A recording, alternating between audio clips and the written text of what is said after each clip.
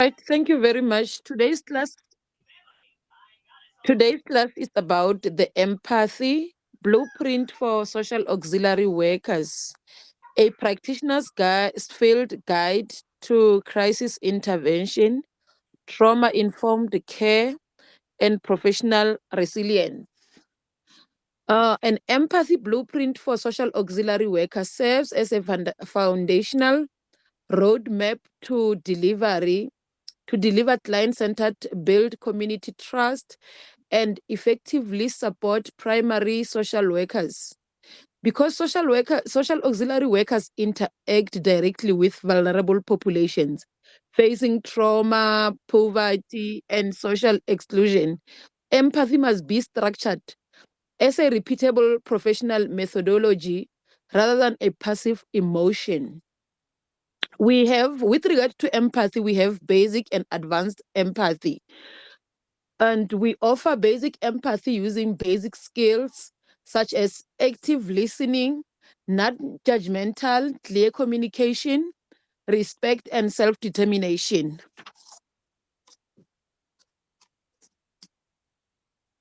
Defining the boundaries of intervention. We are given on this page, we are given two terms to speak about, which is in scope. In bracket, they say the social auxiliary workers mandate, and out of scope. I can say maybe, let's say, on duty or what is acceptable, which is in scope, and off duty or unacceptable, like what is not acceptable, which could fall under out of scope. In scope, they say remain calm in chaotic situation, not allowing emotions to take over, ensuring immediate physical safety, and maybe if there is a need for shelter, you need to ensure that the clients that you are working with does have a shelter where she could actually be safe.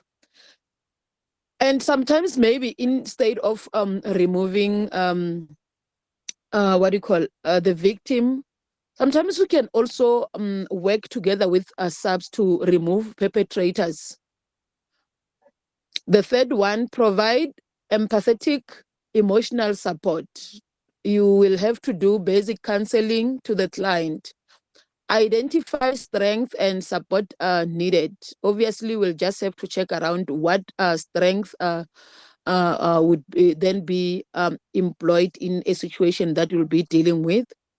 Involve appropriate professionals and emergency services. During that situation, you could still work with South African Police Service, Health Department, Tutuzela centers. And out of scope, they're saying solving the crisis entirely alone. It's highly impossible for you to try to solve a crisis on your own. We have different stakeholders that we are working with. So working alone is completely not acceptable. Taking sides in family disputes, you are not allowed to take sides. You must forever remain objective and not being biased, not being judgmental, not obviously not taking sides. And then judging clients for their circumstances or coping mechanism. We forever have to create a non-judgmental space, and we remain congruent in when dealing with the client. Acting outside South African legislation, we are on our daily activities. We are guided by different legislation. For an example, Children's Act, Prevention from Harassment Act, and etc.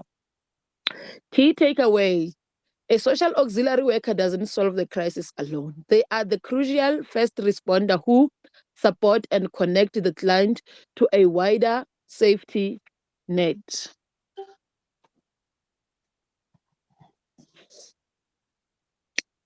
Visualizing the crisis threshold.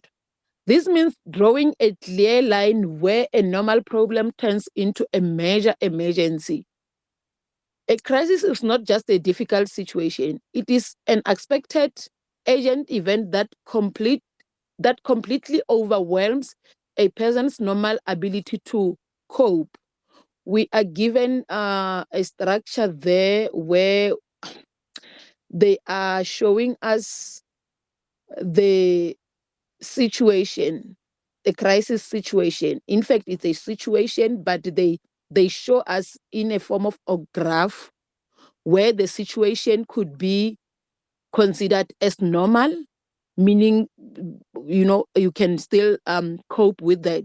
You do have a way forward with regard to solving it, and then until it reaches a boiling point, which is crisis, where when it reaches a boiling point, they say it's unexpected event, as you see on the graph. And then in the box they say trigger events could be fire, loss of home, domestic violence, victim arriving at a shelter, suicide attempts, death of a loved one, child abuse disclosures, natural disasters, sudden homelessness.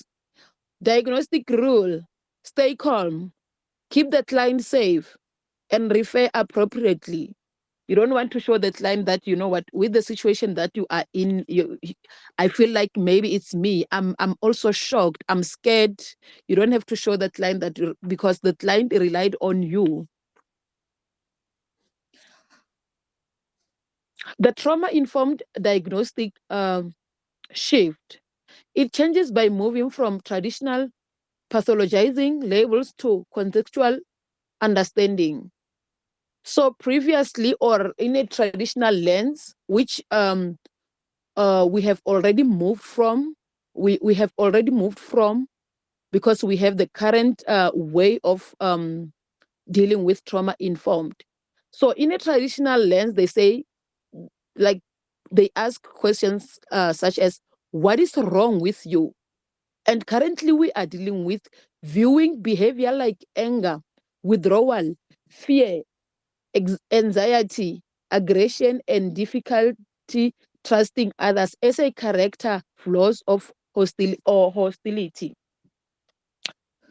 Trauma-informed lens asks what happened to you, rather than understanding that this exact same behavior are deeply distressed, emotional response to abuse, neglect, violence, accident, or loss.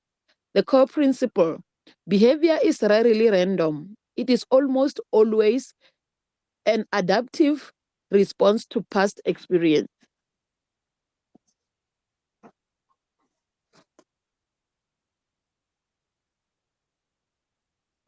Next page, Liane.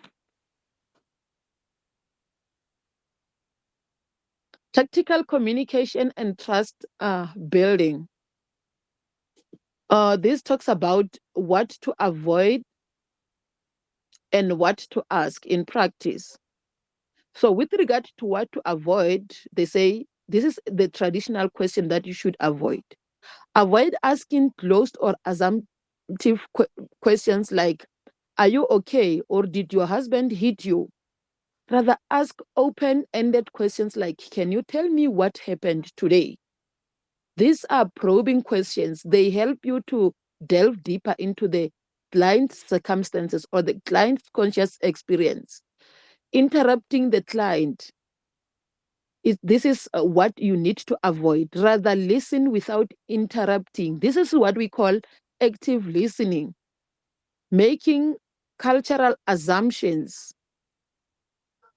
With a practice, they say smiling and introducing yourself to build rapport. With this, you can do what we call creating a safe and welcoming space for the client to be able to communicate with you. And with other one, they say maintaining culturally appropriate eye contact. This signal client that you are paying attention to her. And the last one is respecting strict confidentiality. This is about what you can do in practice. The goal: allow the client to explain the situation entirely in their own words without judging or making assumption.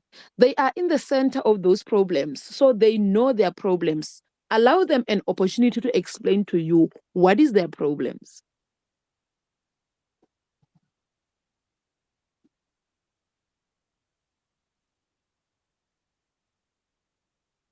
Navigating diverse family structure.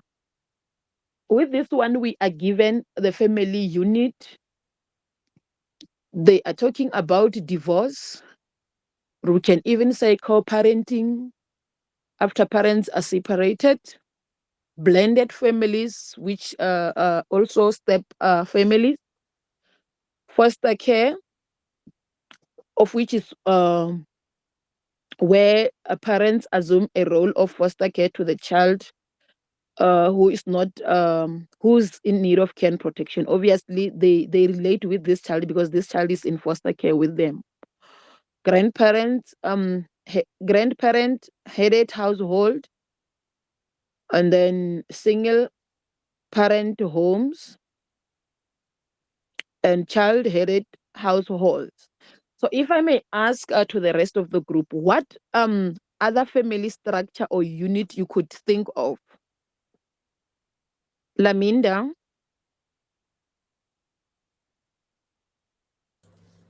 Yes, sorry. what other family structure or unit you could think of?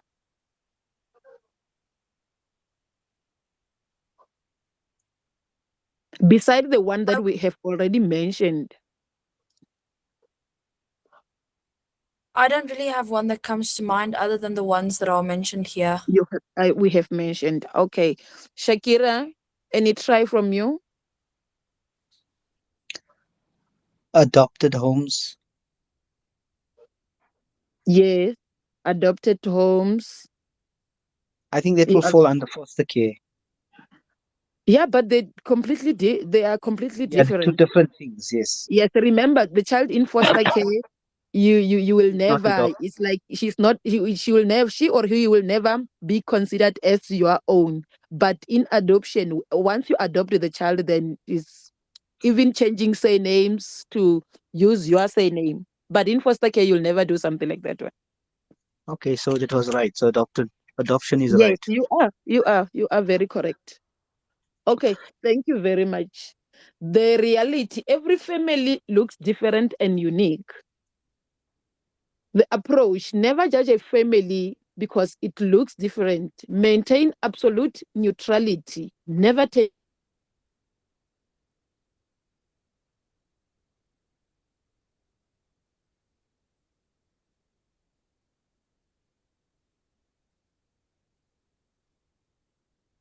sides. Treat them with respect and as unique as they are. And these are questions. So when assessing the family, these are the questions that you could actually work around. What strengths does this family have? What unique challenges are they facing? What specific support do they need to be strengthened safely? Recognizing and responding to gender based violence.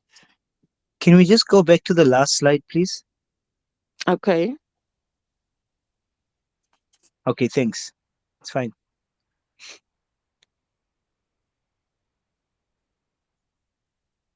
We can carry on. Okay. Recognizing and responding to gender based violence.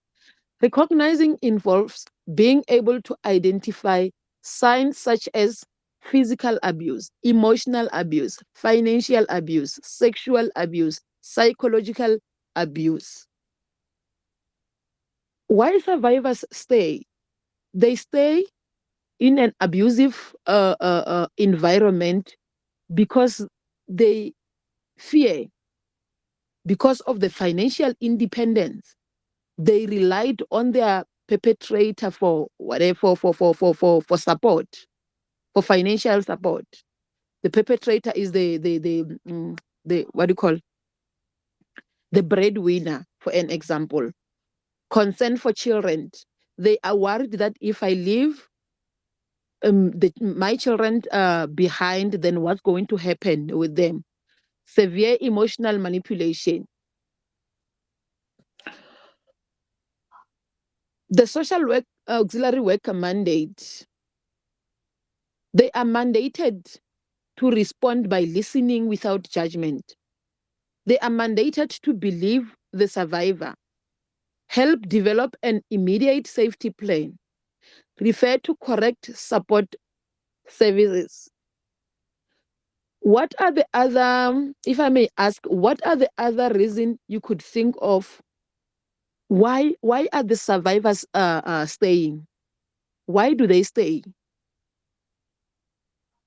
Shakira, do you want to give it a try? I actually dealt with a client who stayed Okay. for years, and the biggest one was because there was nowhere else to go, Mm, and the other one was financial dependence. Her extended family was not, or her immediate family was not in a position to support her and the kids. mm, And so, yeah, she decided to stay. And mm. surprisingly, they're quite happy now. Serious. Serious. So the situation turned from worse to better. It did, actually. Oh, that's good. And I'm talking Yeah. like 35 years together now. Wow. That's good news.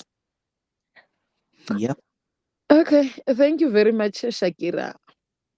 The golden rule: never, under any circumstances, blame the survivor. Safety always comes first.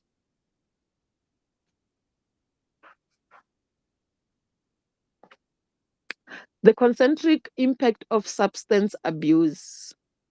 We are given a structure there which talks about the individual, the family, and the community, and they are calling it a ripple effect diagram. Substance abuse creates a ripple effect that moves outwards in concentric circles from the individual users to affect families and community and the broader society. When individuals use drugs, there are ripple effects.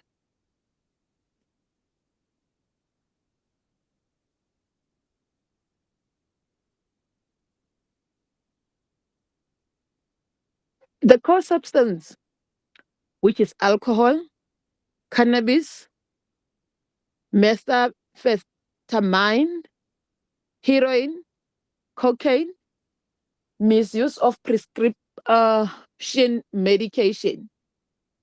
So when an individual use drugs, it doesn't only affect this specific individual, it also affects the family and the community at large. How does this affect an individual? Maybe we can talk about something like brain change, body change, mental health. With regard to the ripple effect, of which it's for the individual, the family, and the community, triggers secondary crises including domestic violence, acute child neglect, crime, unemployment, and compounding mental health challenges. Maybe we can add something like economic drain, public health crisis, and a need for more rehab centers, because the more people use, and then the more need for rehab centers to be rehabilitated. Our role is not to judge the addiction. We support the individual, educate them on available services, and refer them to appropriate treatment programs.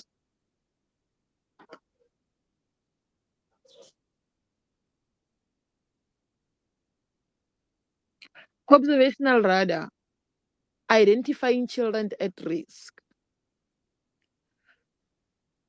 Children are in most cases at risk if they are abandoned or orphaned, display uncontrollable behavior. They are street children. they are exploited, lives in harmful environment, abused or neglected. This is in terms of the Children's Act, section 150. Yes. And the following shows that the child is at risk. Frequent unexplained injuries, constant hunger, dirty clothing, poor hygiene, fear of adults or fear of going home, sudden and severe behavioral changes, poor school attendance. The legal mandate. Children often cannot tell us when something is wrong. Whenever abuse or neglect is suspected, safety is the first priority. Social auxiliary workers have a strict legal responsibility to execute mandatory reporting according to South African legislation and organizational procedure, especially Section 110 of the Children's Act. We are mandated as professionals to report each and every incident. When you see something, say something. So if you come across a specific incident, you are mandated to report. And we are using Form 22 to report any form of abuse, any abandonment, any neglect, anything that places that specific child at risk. Next page.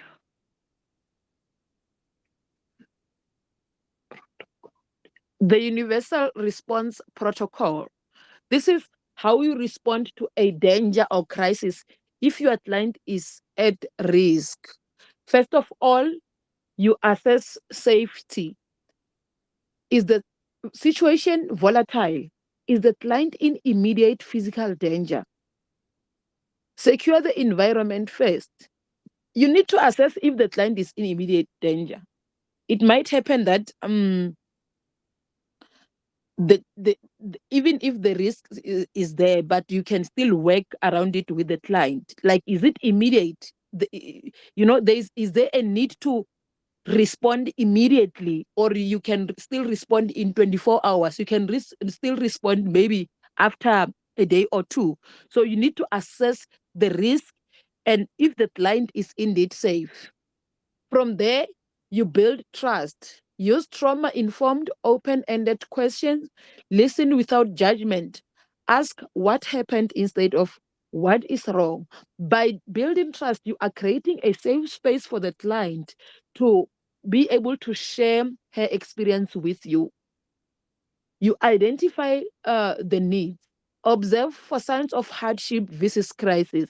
Map out family structures, risk, and inherent strength. You refer and protect. Do not solve it alone. Develop a safety plan and connect the client with specialized professionals, treatment centers, just like Tutuzela centers, or emergency services. Like I said, we are working with so many stakeholders, Department of Health, SAPS, if there's a need.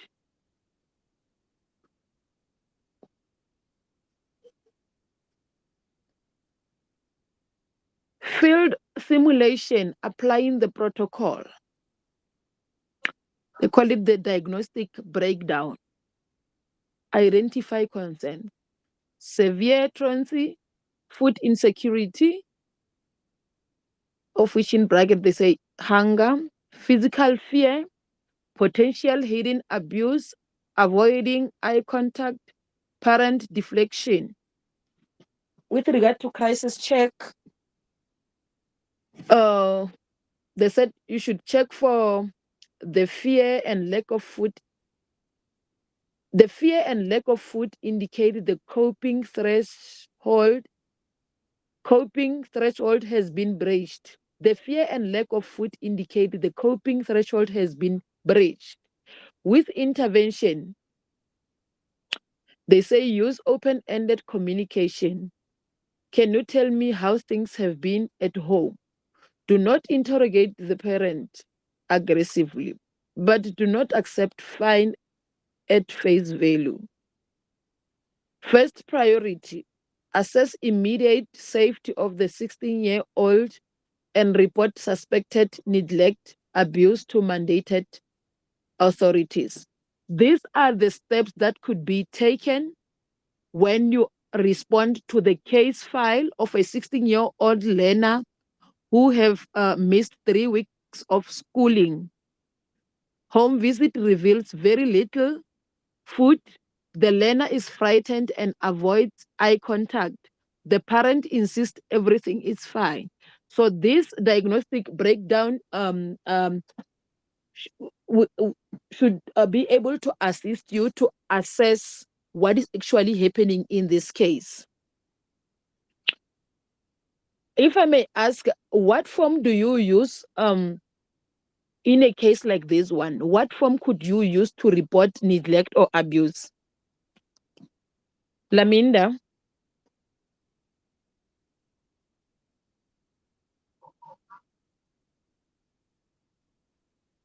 Hi, Lisbeth, I'll answer this one. So in this case, I will use an intake form first, because the Okay. intake form will give me the information of the child and the parents. And then Okay. secondly, I'll use an assessment form, just to assess what's happening and get all of the information that's needed. And then thirdly and last, I will then use a referral form to fill in and refer the child either to counseling, depending on what the, like, the information that I gathered would then obviously then tell me that I need to refer them for counseling. I'll refer them to an registered social worker, and then I'll just evaluate the whole situation again in about 3 months, and then just also speak to the social worker to see if that we handled everything. Thank you very much, Lee. And you took us back to case management. I think it was one of the classes that we had. I can't remember whether it was 2 months ago. Yes. So it's Yes, basically Form 51, Form 52. yes, yes. They now call them CW something, CW something, but I will check that the whatever the terms that they are using currently. But thank you very much. I think with this with this specific case scenario, I wanted to check if we could still remember the form that could be used to report neglect. Leanne already told us about first time when we meet the client, like we should be doing something like intake, screening, referrals, and stuff and stuff. But with this scenario, I wanted to know a specific form Form that should 22. be used when reporting neglect and abuse. Form 22. Thank you very much, Shakira. Remember this Form 22, once you complete it, it must be sent to the Department of Social Development. You are then reporting abuse to the Department of Social Development. After you investigated this matter and you come to the findings that this child is either not in need of care protection or this child is in need of care protection, you will then respond again by sending Form 22. You are informing the department that this is the problem that I am encountering with this specific case. This is what what is happening in this family. You will then again, after you have concluded your investigation, you will then again complete what we call Form 23. Form 23, you are then telling the department there is indeed abuse or there is no abuse. And whatever measures that you are going to put in place to assist the family, like counseling, referring them for parenting skills program, whatever services from the basket of services that we have that will be suitable for to solve the problems of this family. Thank you very much, Shakira.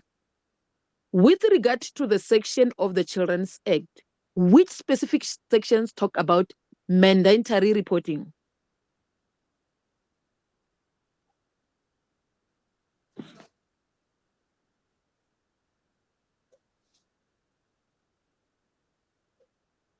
Anyone who could still remember it?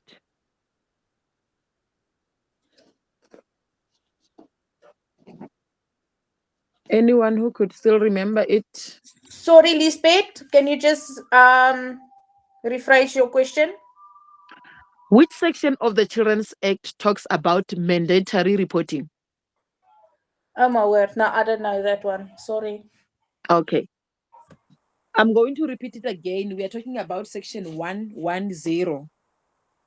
It talks about mandatory reporting, meaning every professional person who gets to know about a specific child being abused, neglected, or orphaned or abandoned should then complete that form 22. It goes together with form 22. It is just a section, a guideline to say you are mandated to report. So it is section 110 of the Children's Act. Thank you. Next page.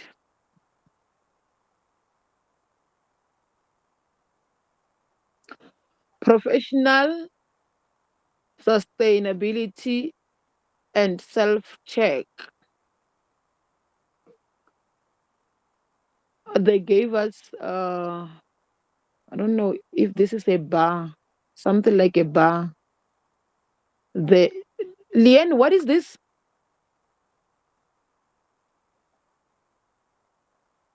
Sorry, Lisbeth, I didn't hear you. Okay, I'm saying this looks like a bar. What do you call this?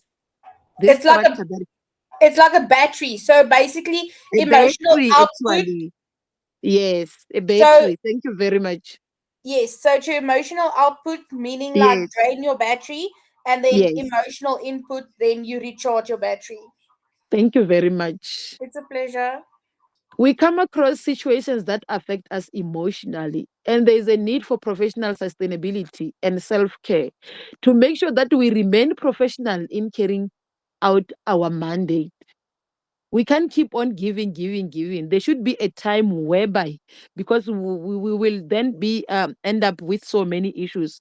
We should actually get time to recharge. We should actually take care of ourselves and make sure that we can still go back to provide services that we are mandated to provide. With regard to emotional outputs, which is the drain, they say constant daily exposure to trauma leads to burnout, compassion fatigue, emotional exhaustion, and severe stress.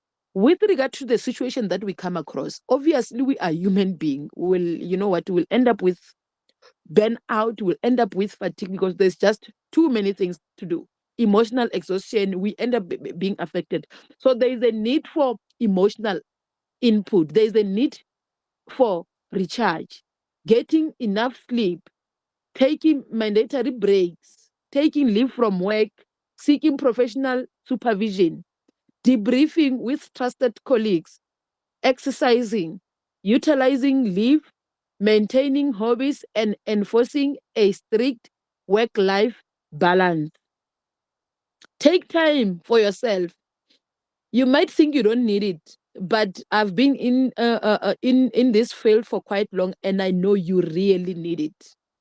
You cannot pour from an empty cup. Looking after yourself is an ethical and professional responsibility, not an optional luxury.